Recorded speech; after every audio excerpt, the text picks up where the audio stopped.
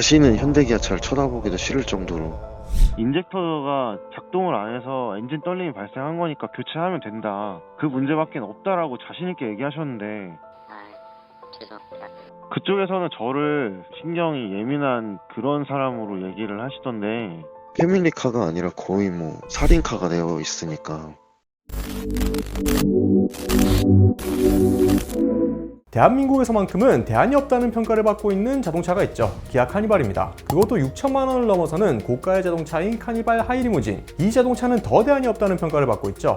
오늘은 카니발 하이리무진을 구매한 뒤 여러 가지 문제를 겪고 계신 차주분의 사연인데요. 특이하게도 문제가 발생하자 기아 센터 측에서는 이를 고쳐주겠다면서 이것저것 부품을 교체해줬고 심지어 엔진까지 통째로 교환해주는 등의 모습을 보였습니다. 그러나 안타깝게도 차주분의 카니발에서 발생하는 문제는 날로 심각해져가고 있는 상황입니다.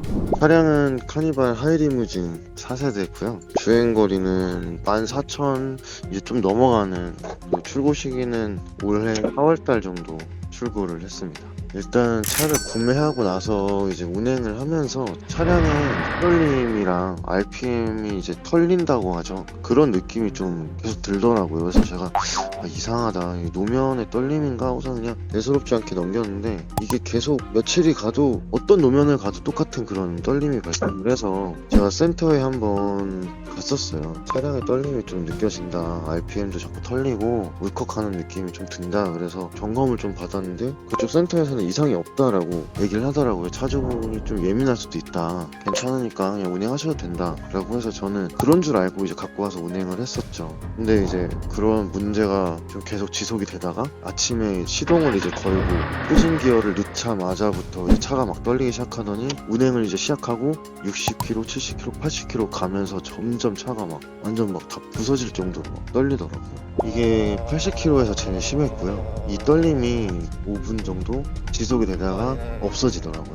차량 주행 중 심한 떨림이 발생하는 사건이죠. 보통 주행 중 떨림에는 여러 가지 원인이 있기 때문에 섣불리 뭐가 문제일 거다 라고 단정 짓긴 어려운 부분이 있는데요. 그래서 차주분은 기아 센터에 다녀오셨고 첫 방문 때 센터 측은 여러 부품들을 교체해주며 나름의 조치를 취해준 상황입니다. 실린더에 있는 인젝터를 교체를 받았어요. 교체를 받고 일주일 뒤에 이런 문제가 발생을 했었는데, 처음 이제 입고했을 때 발생했던 진동보다 엄청나게 심한 진동이 발생을 했던 거죠. 하번 인젝터가 작동이 안 돼서 그런 현상이 발생한 거니까 이제 그런 현상이 발생하지 않을 테니 걱정하지 말고 타라 라고까지 얘기를 들었었어요. 두 번째 입고 때 인젝터 전체 교환이랑 실린더까지 다 수리를 했었어요. 서비스센터 쪽에서는 문제가 보이지 않는다, 간헐적이 왜 생기는지 모르겠다 라고 얘기를 해서, 그럼 나는 이 차 안 탈 테니 니네가 가져가서 타던 말던 마음대로 해라, 다시 한번 입고를 시켜달라 라고 하더라고요. 그래서 제가 실린더랑 인젝터 싹 다 교체해오고 문제가 될 수 있는 연료 라인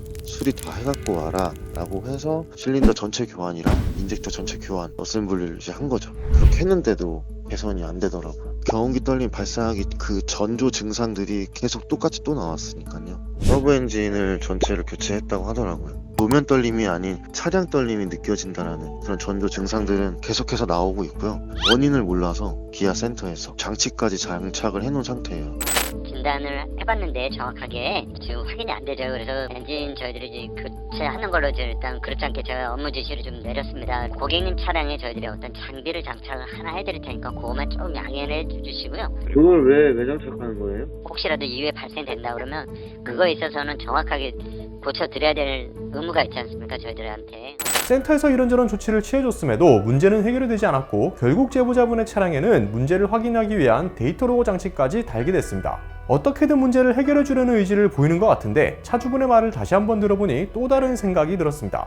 수리를 했는데도 불구하고 엔진 쪽 심각한 결함이 나오는 건데, 외공법에 의하면 엔진이나 이런 중대 결함이 2회 이상이면 차량을 교환 또는 환불을 해주기로 되어 있지 않냐. 근데 왜 안 해주고 자꾸 수리만 해 자꾸 타라고 얘기를 하냐. 자기네들은 또 그게 또 쉽지가 않고. 원래 엔진 쪽에 문제가 있으면 차량을 교환해주기로 되어 있는 거 아니에요?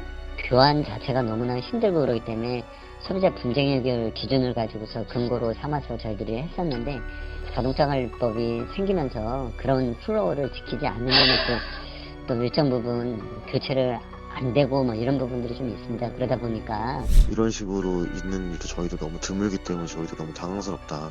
좀 더 신경 써서 좀 더 수리를 하고 좀 더 손을 보겠다 라는 똑같은 얘기만 지금 반복해서 계속하고 있고요. 솔직히 사람들 사람으로서 그분들이 차를 만든 것도 아니고 그분들에게 잘못이 있는 게 아니기 때문에 저도 그럼 좋다, 알겠다, 정말 이번에는 제대로 수리 좀 해서 와달라.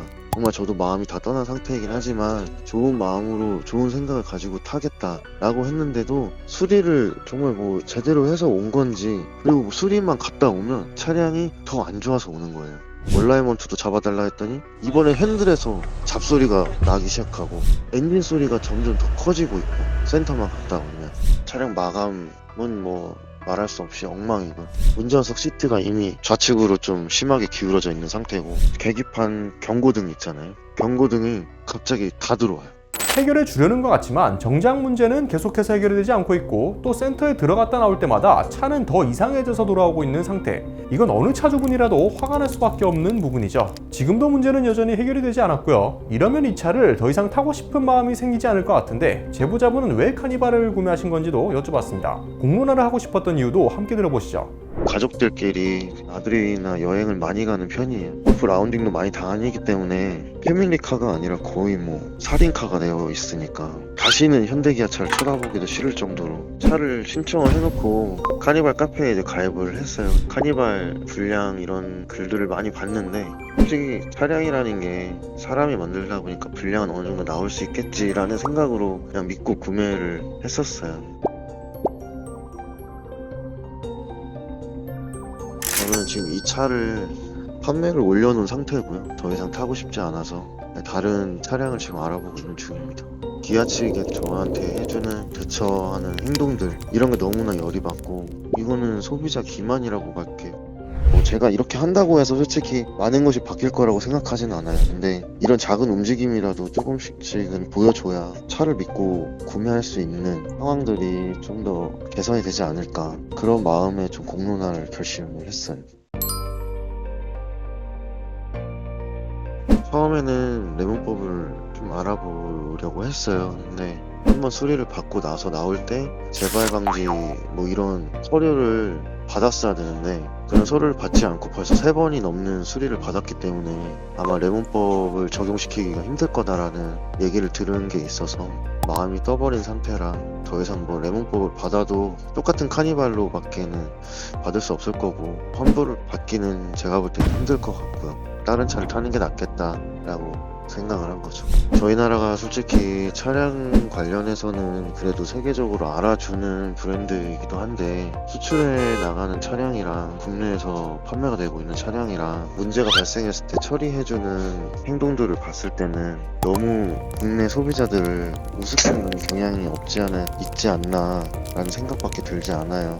국내 구매하는 구매자들에 대한 방안이라든지 이런 거를 좀 더 개선을 할 필요가 있지 않을까. 그리고 좀 더 자국민들을 위한 법안을 좀 발의를 해서 다시는 저 같은 피해자들이 안 나왔으면 하는 바람이고요. 그리고 이제 제조사 측에서는 소비자들한테 좀 더 귀를 기울이고, 좀 더 소비자들이 믿고 차를 탈 수 있게끔 안전한 차를 만들어줬으면 하는 그런 바람입니다. 좋은 영상들 많이 만들어 주셔서 이런 피해자들이 좀 더 편안하고 믿고 이제 차를 운전할 수 있는 그런 세상이 될 수 있게끔 많이 힘 좀 써주셨으면 하는 바람입니다.